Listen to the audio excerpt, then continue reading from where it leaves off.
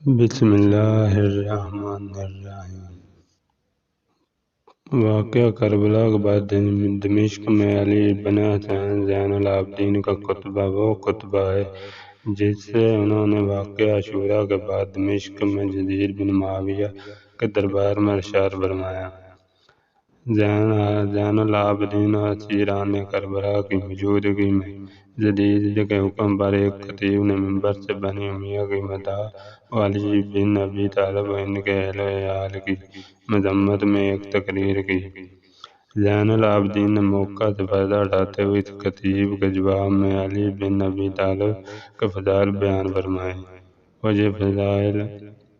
وجہ خطبہ جس کے اکثرت مطالب علی بن ابی طالب کی مدح اور فضیلت پر مشتمل ہے، شام میں وسیع اثرات کا حامل رہا اور یزید بن معاویہ کی ظاہری سیاست میں تبدیلی کا پیش خدمہ ثابت ہوا۔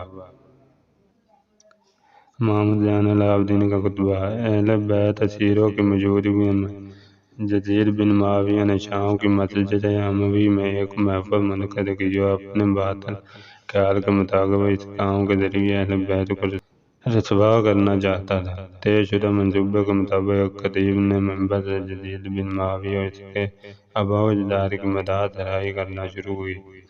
اس موقع پر زین العابدین نے مذکورہ خطیب سے فرمایا، افسوس ہو تم پر، تم نے مخلوق کی خوشنودی اور رضا کو خدا کی خوشنودی پر مقدم جانا اور جہنم میں اپنا ٹھکانہ بنا لیا۔ اس کے بعد زین العابدین نے یزید بن معاویہ کی طرف رخ کر کے تقریر کرنے کی اجازت مانگی۔ ناسخ التواریخ میں آیا ہے کہ یزید بن معاویہ نے زین العابدین کی درخواست کو رد کیا، لیکن شامیوں کے اصرار پر یزید بن معاویہ کو مجبوراً زین العابدین کی درخواست قبول کرنا پڑی۔ زین العابدین نے اس خطبے کے ابتدائی فقروں میں اجمالی طور پر اپنے خاندان و اہل بیت کا تعارف کروایا۔ ان میں سے خاندان کے علم و علم و شجاعت کو بیان کرتے ہوئے اس خاندان کی چند مشہور و معروف شخصیات جیسے حمزہ بن عبد المطلب و جعفر طیار وغیرہ کا بھی نام دیا۔ زین العابدین نے اس خطبے کا آغاز اللہ کے بابرکت نام سے فرمایا۔ میں پسر زمزم و صفا و مروہ ہوں، میں فرزند فاطمہ زہرا ہوں، میں اس کا فرزند ہوں جسے پس گردن ذبح کیا گیا، میں اس کا فرزند ہوں جس کا سر نوک نیزہ پر بلند کیا گیا۔ ہمارے دوست روز قیامت سیر و سراب ہوں گے اور ہمارے دشمن روز قیامت بخت بختی میں ہوں گے۔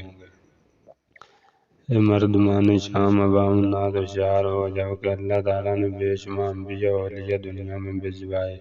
ان میں سے 7 فضیلتیں اللہ تعالیٰ نے ہم کو خاص طور پر بخشی ہیں: علم، حلم، بخشش، ہزارگی، بزرگواری، محبت اور مومنین کے دلوں میں ہماری محبت قائم کی۔